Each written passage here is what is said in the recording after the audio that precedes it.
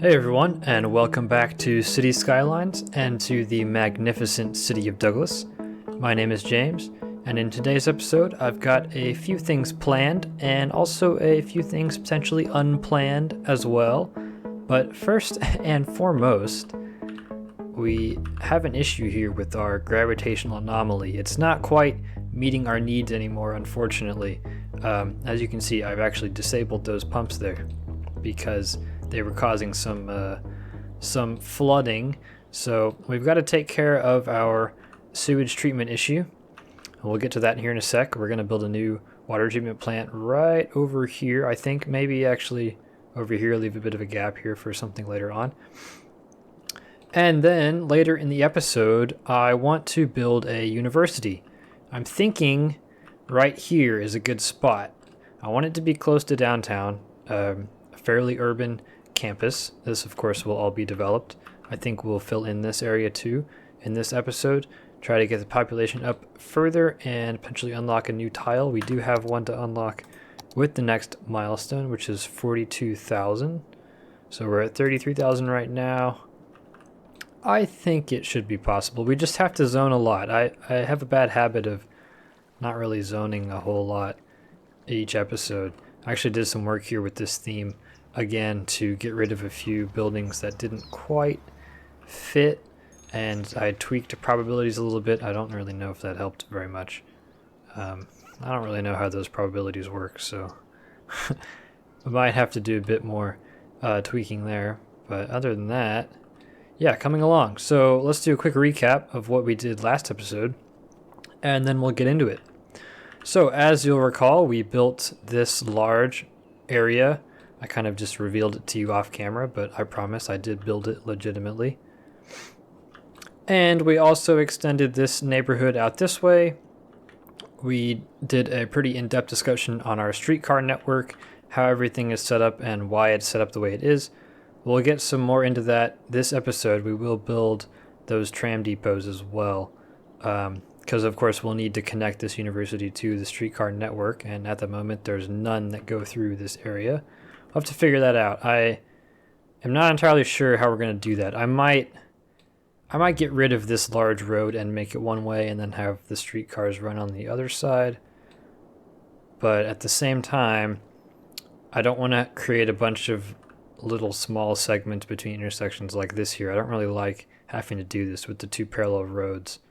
It gives you a lot more options, but it can cause some problems with nodes and stuff as well. So we'll have to see what we'll do about that. Yeah, that's pretty much what we did last episode. Kind of a long one because there was a lot to it. But let me know what you guys think of the episode length. We can do long episodes. That's not a problem for me. So if you guys want to have the longer episodes, that's cool. It just means I have actually a little bit less work on the editing because I don't have to cut as much. Anyway, let's get to work on this treatment plant. This should be pretty quick. I'll do it as a little time lapse. I have the assets set up here ready to go. Just this group here from the workshop. Yeah, let's get into it.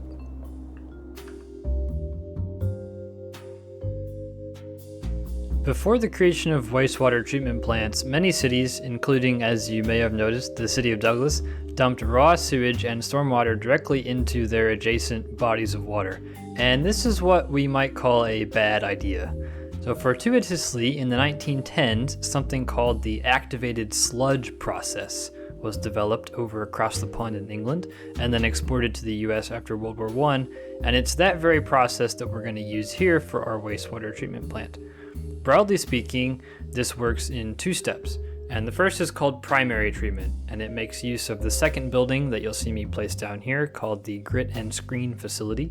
So as the name suggests, this basically is just a big screen to get rid of all the large debris, which is then carted off to a landfill. After the grit and screen, the water is sent to clarifiers. That's also part of primary treatment. And those are the smaller round tanks that you'll see me place. And what they do is slowly add water and then allow sediment time to settle to the bottom. And then the clear water at the top will flow over a lip and on into secondary treatment. So this is where the sludge comes in. People figured out that if you add oxygen and certain bacteria to the water, then those bacteria will then eat the bad stuff in the sewage. So these big rectangular things are called aeration basins, and this is where the bacteria are mixed in and start to eat the sewage. So the final step, at least for what we're doing now, are these large round settling tanks where the activated sludge will settle back out to the bottom and is then removed to be reused in the aeration basins.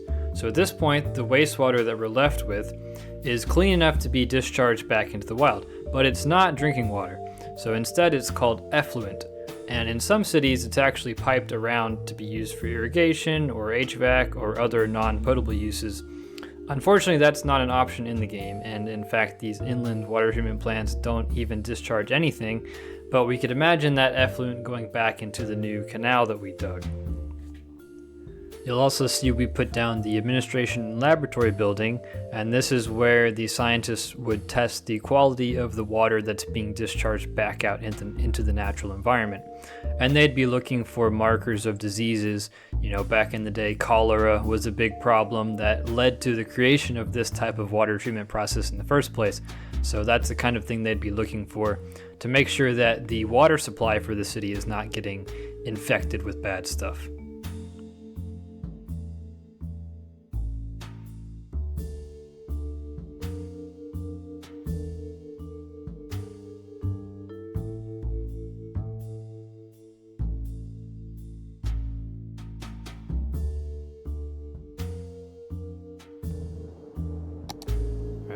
We've got, so with this setup here, we aren't going to have to mess with, we even have space to expand it, right? We could fit another aeration basin here. We could fit another couple of clarifiers over here, some more sludge basins there. This should settle us basically for the whole game, pretty much. As you can see, we're at, 1.3 million sewage draining capacity, and we're good on water as well. If you're curious where our water is coming from, we're not using this pumping station because I knew that as soon as I turned on these over here, this would get polluted. So we're not pulling water from the river anymore. We were actually, last episode, we were having some issues with water transmission, if you'll recall. And what was causing that is actually that this river was not supplying enough water to be sucked up by a pump. I had a pump like over here somewhere. So that pump's gone now. We're just using water towers at the moment. And water towers in real life don't actually pull water out of the ground, so this is kind of an inaccurate way to be doing things. Basically, I would like to kind of set up a lake over here maybe and have a water treatment plant pulling water from it, but I think we'll have to wait till we get this next tile to do that. I would like to do that later on. We could also do it, there is a lake over here, way up there. And we could use that lake as a water source as well. I think that'd be kind of cool to do. But creating a lake could be fun as well, especially because we've kind of already got these oxbow lakes going on here. Anyway, so that is going to solve our wastewater treatment problem for basically the whole series. I'm trying to make kind of a realistic looking wastewater treatment plant, a little bit inspired by the one in DC called Blue Plains Wastewater Treatment Plant, which is, I believe, the largest wastewater treatment plant in the world. It services all of DC as well as a couple million people in Maryland and Virginia as well. And here we are on the next morning. I spent the night putting out this grid of roads over here. That'll take us all the way pretty much up to the river over here. And then also in this area, I added some interior streets. I had left these blocks intentionally large, thinking that we'll eventually place large office buildings and that kind of thing in here. But for right now, if we want to be able to zone it at all with anything, then it makes sense to have some zones available to do that. And here we have plenty of zones now, so we'll probably go ahead and start getting that filled in. I put down water pipes everywhere as well, all under roads, of course, as they, well, except for right there, but the rest of them are mostly under roads. And I also put down a new hospital over here, large city hospital, and a parking garage as well to help with that. We were pretty low on healthcare capacity, so now we are in the green again, and I got rid of the old clinic that was over here. And this building is kind of a postmodernist, brutalist style. Maybe not something you would see in the 1920s, 30s, but there's not a whole lot of big hospital assets like this in the workshop. And I think it fits height-wise perfectly in with the buildings over here. I want this to be kind of a dense area. It's empty right now because probably what we're going to put in here is mostly ploppable buildings. I also want to reconfigure some of the commercial and office growable assets that I have into residential instead, because we do not need a bunch of commercial buildings, really. We don't really need high-density commercial areas hardly at all, it seems. There's just really not a ton of demand for it. Even here, there's empty zones. So some of these buildings that look like they could have apartments in them, you know, like this one, for instance, looks like it should really have apartments. Probably I'll convert some of those into residential in the settings panel, and then start to see those pop up when we zone the high density residential. Jumping over here, some of these blocks have developed really well. This one here got the the Chicago flats and some of the San Francisco flats as well. I think they blend together very nicely. I was experimenting using intersection marking tool to put down street trees. And the issue that I have is that I don't want all of it to be the same tree.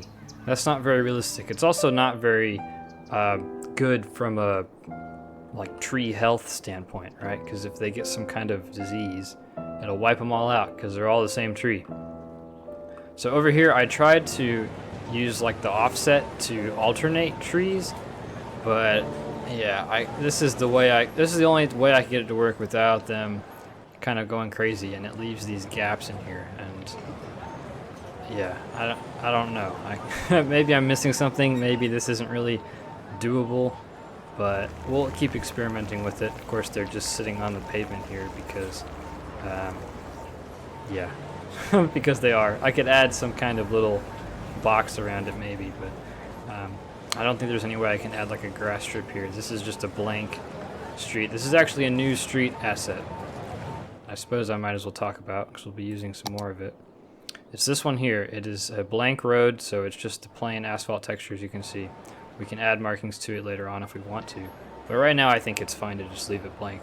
It's got parking on either side, and then in the middle is vehicle lanes with bike lanes laid over top of them, which is really cool, because what it allows is the bikes can just ride in the road and go full speed, versus because we don't have any bike lanes, because bike lanes weren't really a thing yet in the world in 1920.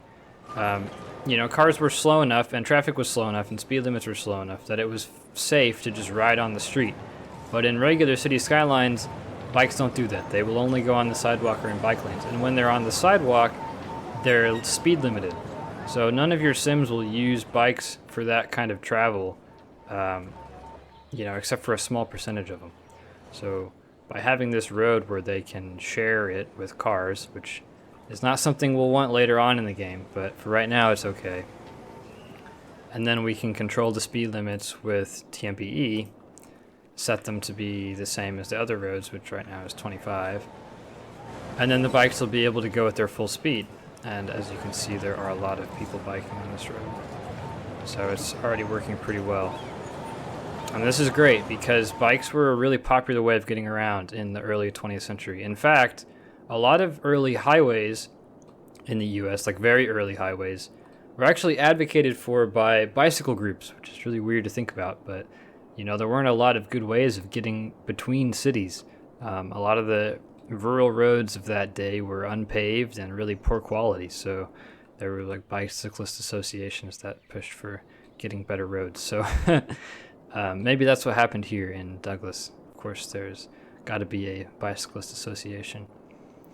All right, so since we have some residential demand, what I'm going to do is go ahead and zone this up. I'll speed through it and maybe zone some stuff down here as well, so we have got power connections coming through. And then we'll start working on this university. We'll have to place a area first. Campus area. Yeah, so we'll put a campus area over here. And we'll tweak it as we go, kind of see what fits. I'm spacing it here intentionally because I'm thinking long term, right? Eventually, We're going to have a metro station right about here. And then we want to make sure our next metro station can be right at the university, because that'll be a big trip generator. So I want to make sure it's spaced out that will be an effective distance. But of course, this area will all end up being urbanized, and this will be an urban campus. That's kind of the idea. And I'll talk a bit more about the inspirations of this university and the kind of style that we'll go for as we're building it. But for now, let's get back into another quick time lapse.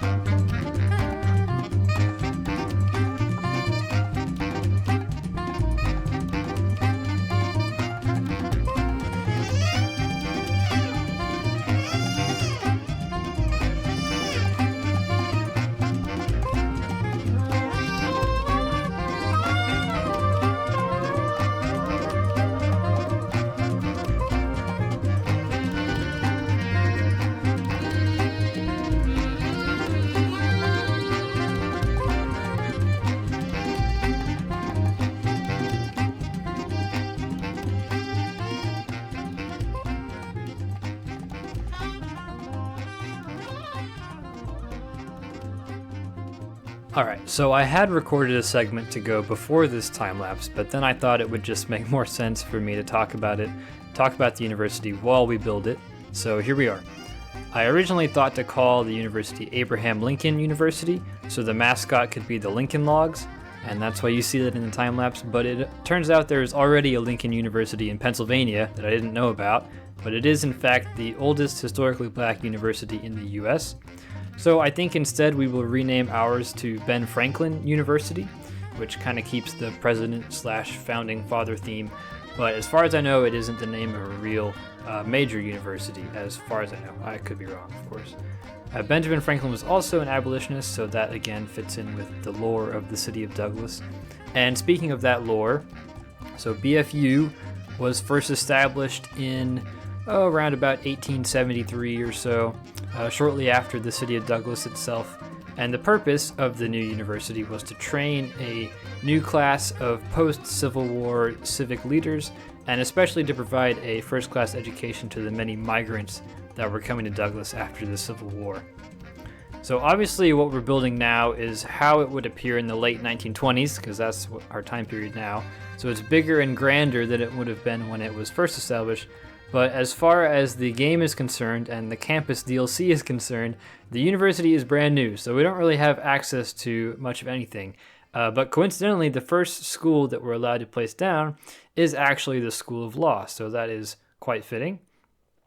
And I'm pulling inspiration and ideas kind of from a mix of several real universities in DC. Firstly, George Washington University, particularly in how we're situating the campus in what will be a very urban and built-up area close to downtown, and also in the stated purpose of the university in terms of training civic leaders. And secondly, I'm pulling from Howard University, which also has a well-renowned law school and is one of the most prominent historically black universities in the country.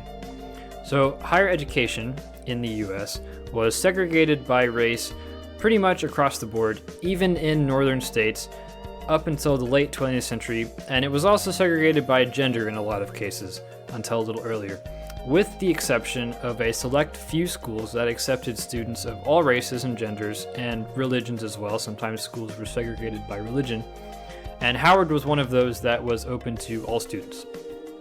So obviously, segregation is incompatible with the city that we are building, and I think the best way that we can fight that segregation in the context of the game, which obviously does not simulate race or anything like that, is by making BFU as prestigious as we can, and that's a mechanic in the campus DLC that we'll talk about here in a bit, while keeping it affordable and accessible to as many people as we can. Of course, it's not really possible or even desirable from a functioning city perspective for everyone to go through the university. So we need people at various education levels because that's where we have jobs available, right? But we do need to make sure that we have equitable housing and transportation and everything available for our citizens with high school educations, and also later on the trade school educations as well. I definitely want to build a trade school because that fills a really important niche, I think. Anyway, to sum it up, Benjamin Franklin University is what we're building here, and it will be the flagship institution of the city of Douglas. It'll be a research university producing theses and research papers and all that good stuff. And one aspect of the School of Law in the campus DLC, and I'm sure it has things like this for the other schools as well, is the students there work internships in the city government and help reduce the crime rate, which in fact our crime rate is already potentially unrealistically super low, so I'm not too worried about that. But anyway, yeah, I think we're making a good start here on the university. Obviously we will have to keep expanding it throughout the series because we don't have a lot unlocked right now, and it seems from my introduction to the campus DLC that it will take a while for the university to level up. It has to produce papers and things in order to do that, and we'll have to see how that all kind of works out. And we'll have to see also what we're able to do in terms of tuition. I'm not sure how adjustable that is. But yeah, so we're starting off here. You'll see the buildings that we'll put together here, and yeah, I'll come back at the end of the time lapse.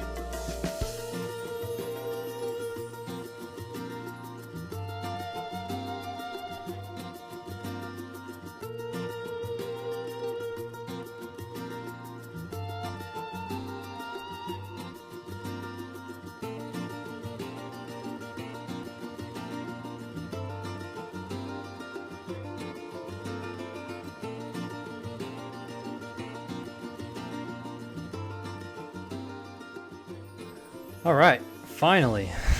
You saw there on the time lapse, we got the next milestone. I had been waiting pretty much all episode for that. I'd even resorted to putting down some buildings here for new inhabitants, including this one, which was a mistake because it like almost bankrupted us. It was like $1 million to place this building down, and I didn't even put it in the right spot. So yeah, I need to be more careful with that. Anyway, we have unlocked a new tile. So I'll look at the milestone things. This was it. Colossal City we unlocked. So we got a new area. We got the nuclear power plant, which we won't use for a while. Some other things as well. Alright, so we are going to pick this one because I have something in mind for next episode that we'll need this tile to do. But that'll be a secret until then. For now, we can look at our university, which is built up quite a bit. Got some nice trees in here. I really like how this road turned out with the tall trees going down the middle of it. And then we have this giant track and field complex, which also almost bankrupted us. I had to raise taxes. Apparently it's quite expensive to maintain this thing. And also it seems like we can't control what the mascot is, which is really annoying. It's the lions, and these are the only ones we have to pick from. So I wanted to make it something, you know, more interesting. The lions was the default, and I think that probably is honestly the best one. Yeah, so we can mess with the color as well. We'll do that later. Yeah, there we are. This is our everything that we've got going on here. So we're unrecognized right now. And see, we're just barely into the academic year, which says it ends in 7 days. So I guess like a full week of playtime, which will be a while. Yeah, this isn't really like everything else in the vanilla game. It's not at all compatible really with the real-time mod that we use, which completely messes up pretty much all of the game's mechanics. And at this point, it's starting to get a little annoying.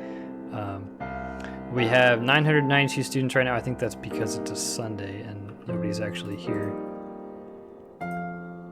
Yeah, so maybe that is right, 990 something. Anyway, campus attractiveness is pretty good. That's coming from all of the buildings. Basically, it doesn't actually count, you know, trees or paths or anything like that as far as I know. Our expenses are $14,000, and our tuition right now that we're bringing in is $5,000 total. So we're actually paying quite a bit to sustain this university. We have free lunch going right now and student healthcare going right now. And this universal education one gives us free tuition. But we cannot afford that at all right now because then we'd have to pay this full $14,000. So we'd be in the hole probably, or close to it. Anyway, yeah, and then we can control the number of academic staff here, which will increase the chance of creating an academic work. We need a couple of these to be able to level up, I think. So we'll get to this next level once we have 2 academic works. So it could take a significant amount of time unless we're able to up this, and I think I could probably up it. We have some cash to spare. Yeah, this is kind of a weird system. I don't know if I'm a big fan of how the campus DLC is handling things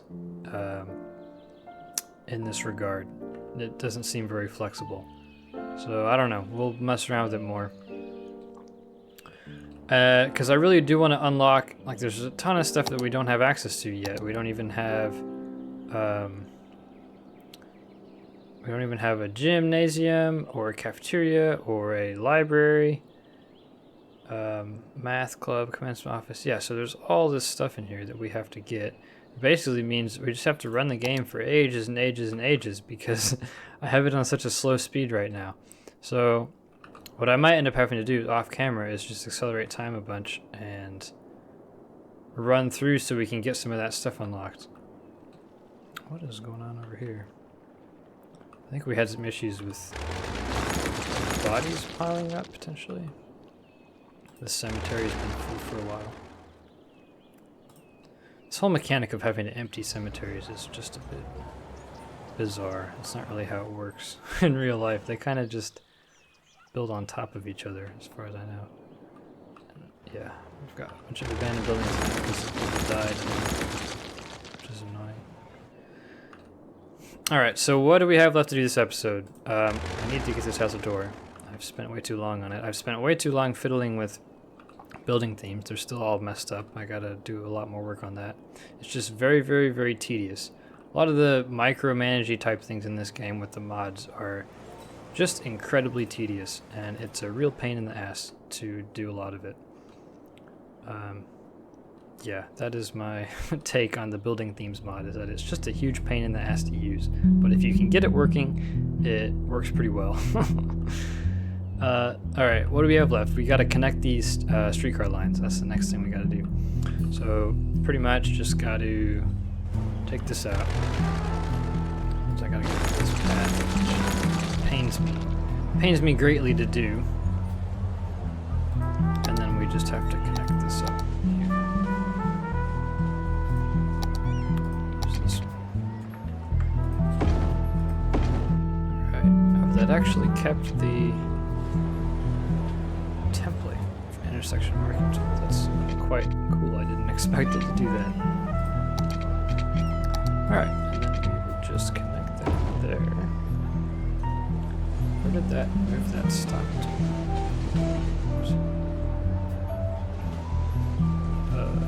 Okay, I think I might have broken something by doing that. Oh, jeez, yeah.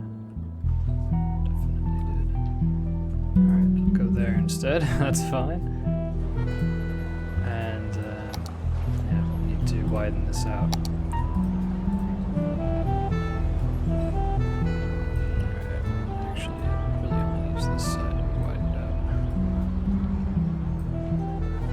Very narrow tram stop. In fact, I'm not really sure if they can fit there, so we'll do it there. All the people have to move around and follow it. Yeah, I'll have to mess with the paths again, but that connects it. I think it's also connected down here, so there's a new loop over here. And then we're gonna build a new depot over here. I think maybe even like right in here. I kind of like the idea of having it close to the downtown area. And it's maybe something that could be built on top of later on. Yeah, so let's do that first, actually.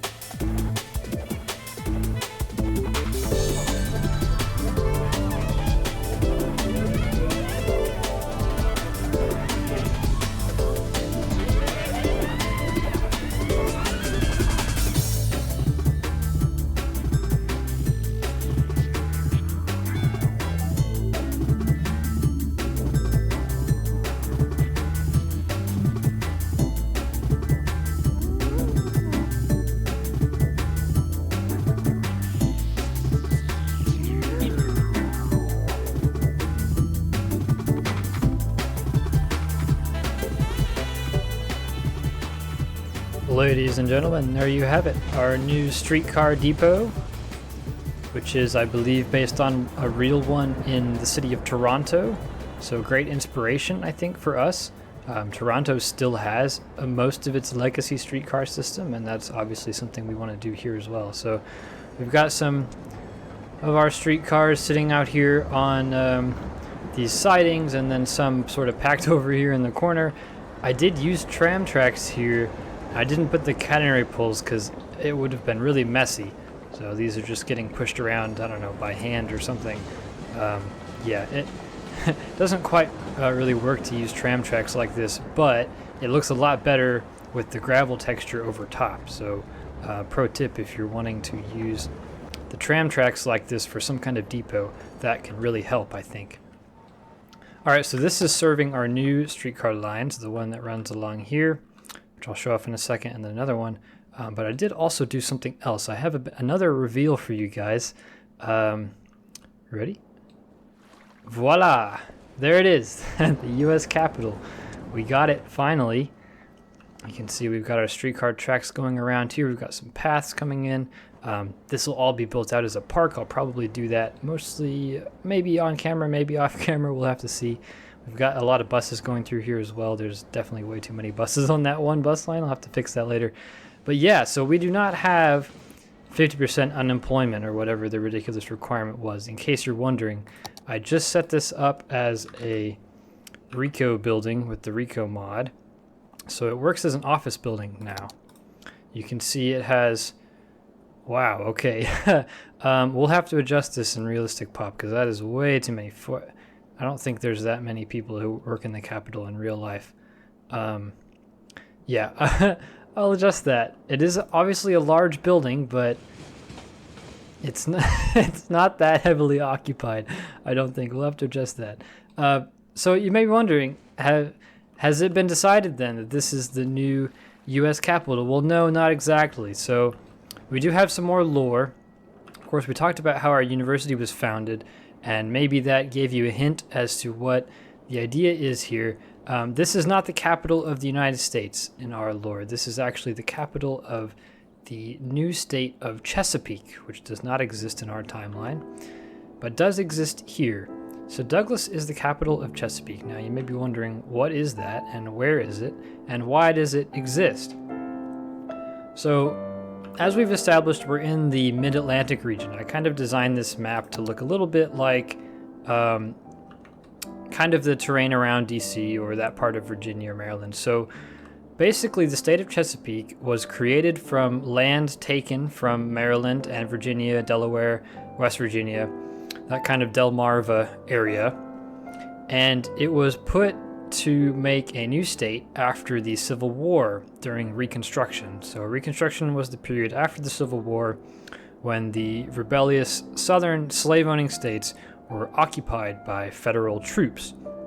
And in the real timeline, Reconstruction ended rather abruptly, causing basically a lot of problems, as you might imagine. So in our timeline, things happened a little bit differently.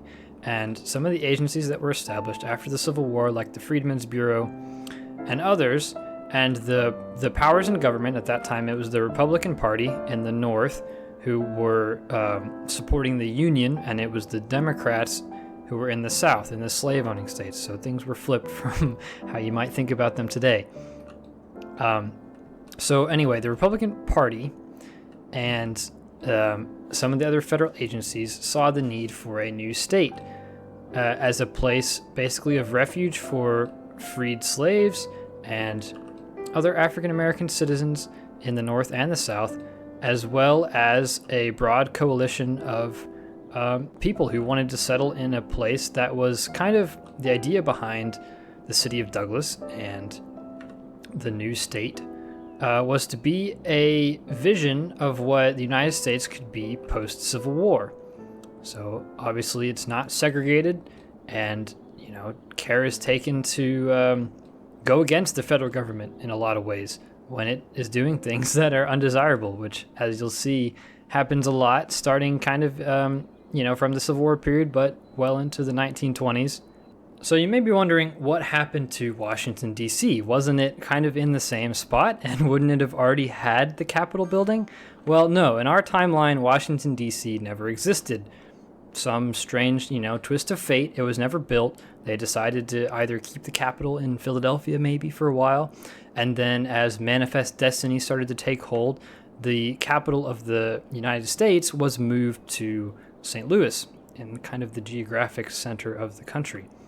So there was no planned city built in the Mid-Atlantic region until Douglas came along. So that is our justification for why the city exists and why it's able to do the things that it does, and why it will be able to, solve a lot of the problems that we're trying to solve here. Things like suburbanization and ghettoization and car dependency and housing inaffordability and things like that. A lot of that stemmed from segregationist attitudes.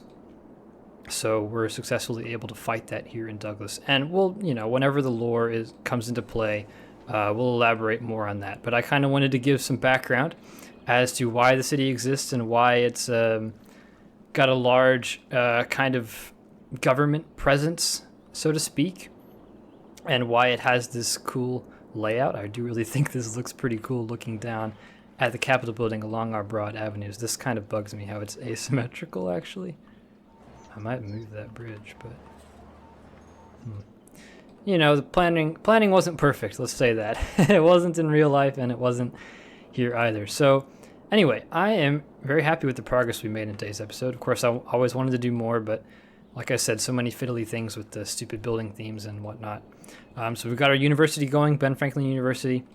I probably am going to have to speed the game up in the interim between episodes to try to get this leveled up a bit more quickly.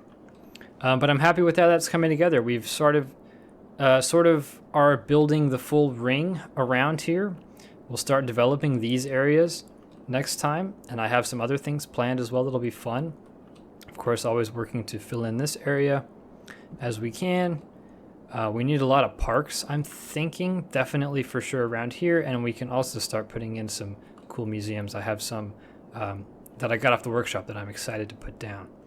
And then one other big project I want to get done before we make our next time jump is taking care of this waterfront area, this big harbor, which is totally useless right now. I have some ideas, some stuff I want to do there, maybe like a military base kind of thing going on. Yeah, so that will be it for this episode. I hope you all enjoyed. And as we look down the state capitol building, very grand state capitol building, I hope you'll all join me next time as we continue our work here in the city of Douglas.